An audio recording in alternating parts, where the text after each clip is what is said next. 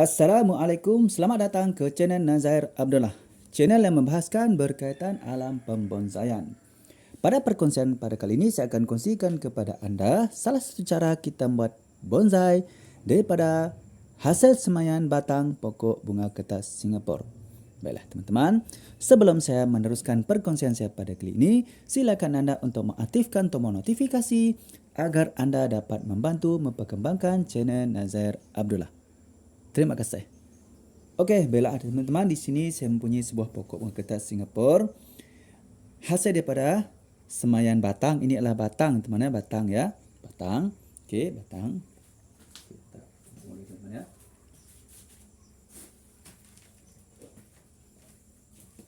Ini adalah hasil semaian batang ya teman-teman ya. Okey. Okey, ini dia teman. Hasil semaian batang ya.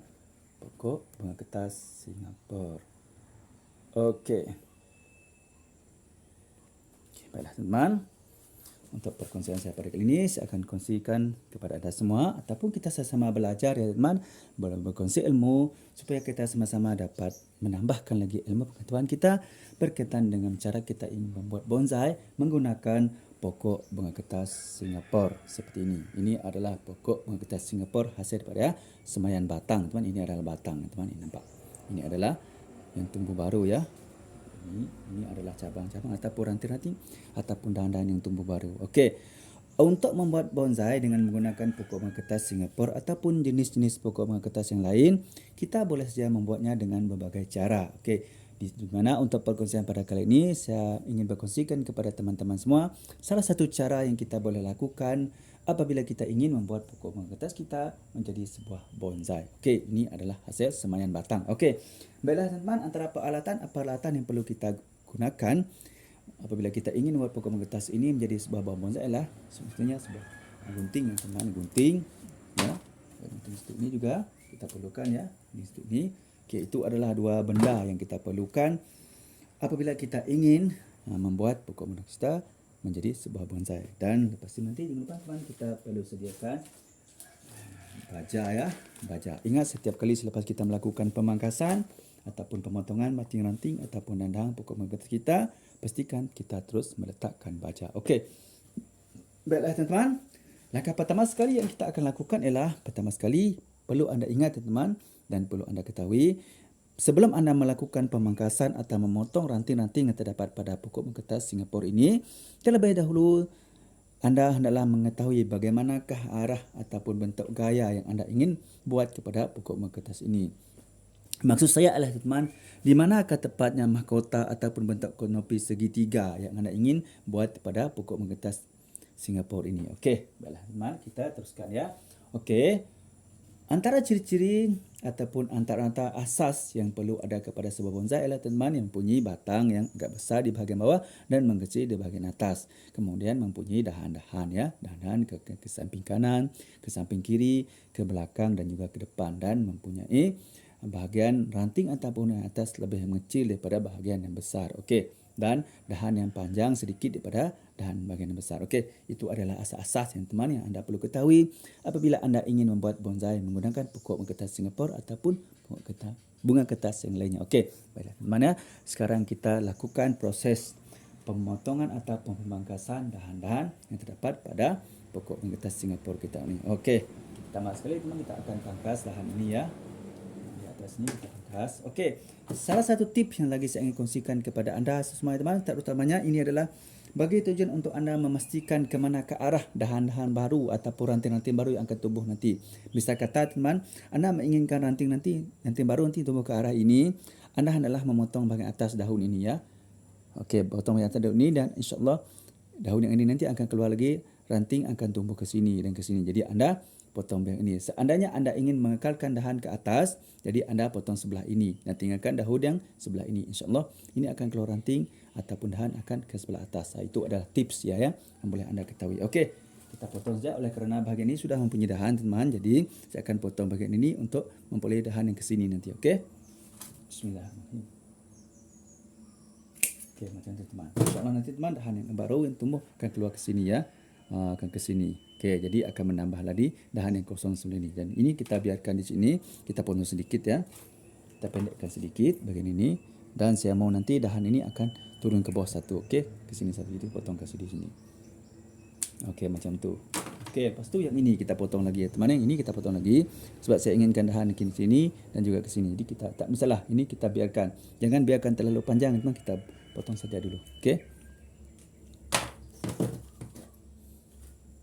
Okey, satu tips teman, sekiranya anda inginkan dahan ini besar, okey besar teman, sekurang-kurangnya teman dahan ini berukuran bahagi 2 ya, bahagi 2 daripada batang ini. Okey, itu adalah sangat sesuai ukurannya. Okey, untuk kita jadikan sebagai bahan bonsai. Ingat bahagi 2 ya, bahagi 2. Kita potong di sini insya-Allah. Okey, yang ini sama juga teman. Ini ya. Yang ini saya juga akan potong di sini. Saya inginkan dahan yang baru nanti tumbuh ke sini, okey? Selalu ingat teman, satu tipnya, selagi ada mempunyai mata tunas di sini, bekas duri di sini teman-teman, mesti insya-Allah akan tumbuh tunas-tunas baru di sini nanti, okey? Kita potong di sini. Okey, macam tu. Okey. Okey.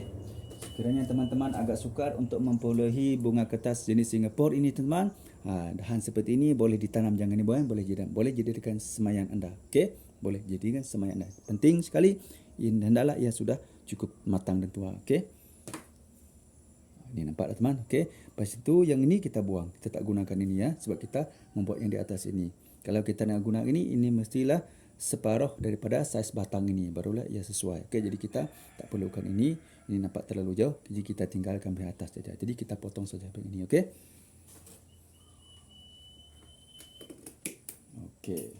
Dah. Macam tu teman, nampak tak? Sekarang dah kita mempunyai bentuk ya. Mempunyai bentuknya, nampak?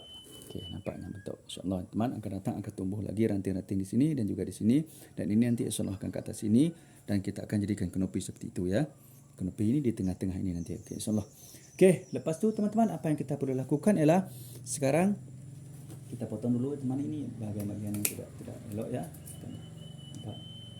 Seperti ini kita potong saja. Okey, salah. Okey, kemudian teman, apabila selesai kita melakukan pemangkasan seperti ini, langkah seterusnya ialah kita gemburkan dulu tanah ini ya teman. Kita gemburkan dulu tanah itu. Okey, kita gunakan penggembur ya. Okey, kita gemburkan dulu. Apakah tujuan kita menggemburkan tanah-tanah ini teman? Ini adalah bertujuan untuk memudahkan baja yang kita akan letakkan dalam ini teman ya, meresap ke dalam tanah ini. Itu adalah tujuannya, okey? Agar baja itu sampai ke akarnya nanti, okey?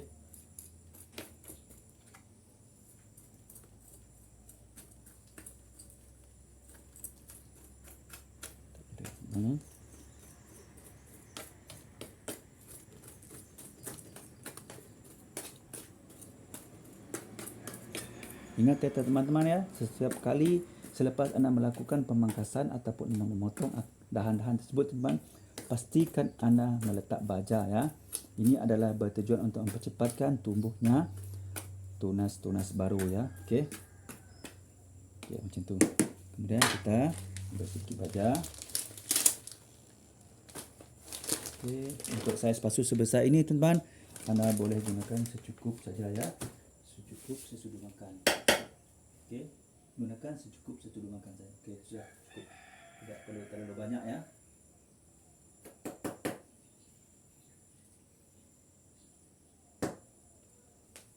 Okey, ambil satu sudu makan cukup.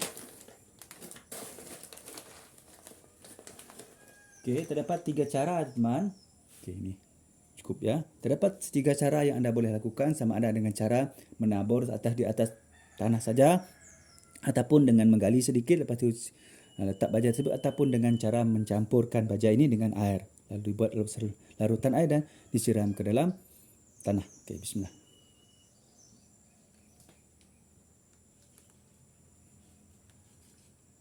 Okey, kemudian kita timbus balik ya teman ya. Kita timbus semula ya. Kita timbus semula. Okey, macam tu. Sekiranya media tanam ataupun tanah yang terdapat dalam pasu ini teman-teman yang berdarah dalam keadaan kering, kita hendaklah menyiram sedikit ya, kita siram sedikit. Dan sekiranya ia sudah berada dalam keadaan lembab, kita tidak perlu menyiram. Okey, kita biarkan saja. Okey, macam tu. Okey, jadi kita perlu siram sedikit. Okey, tidak perlu terlalu basah.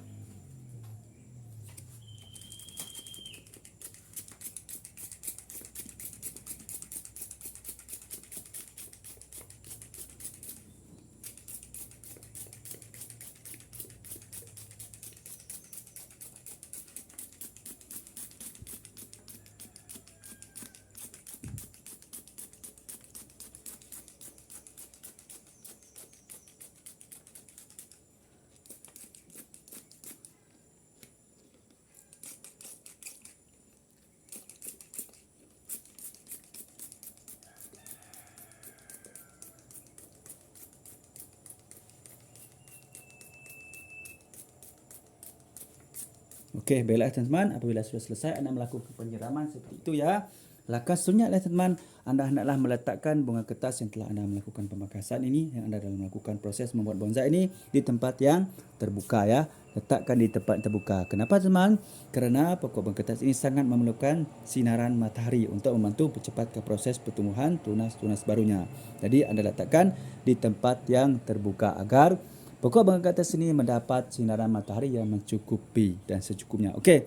Dan kemudian pastikan pokok bunga kertas ini tidak diganggu oleh haiwan-haiwan peliharaan ya, seperti kucing dan juga ayam. Itu adalah merupakan beberapa jenis haiwan yang biasa kita pelihara di kawasan kediaman kita. Okey.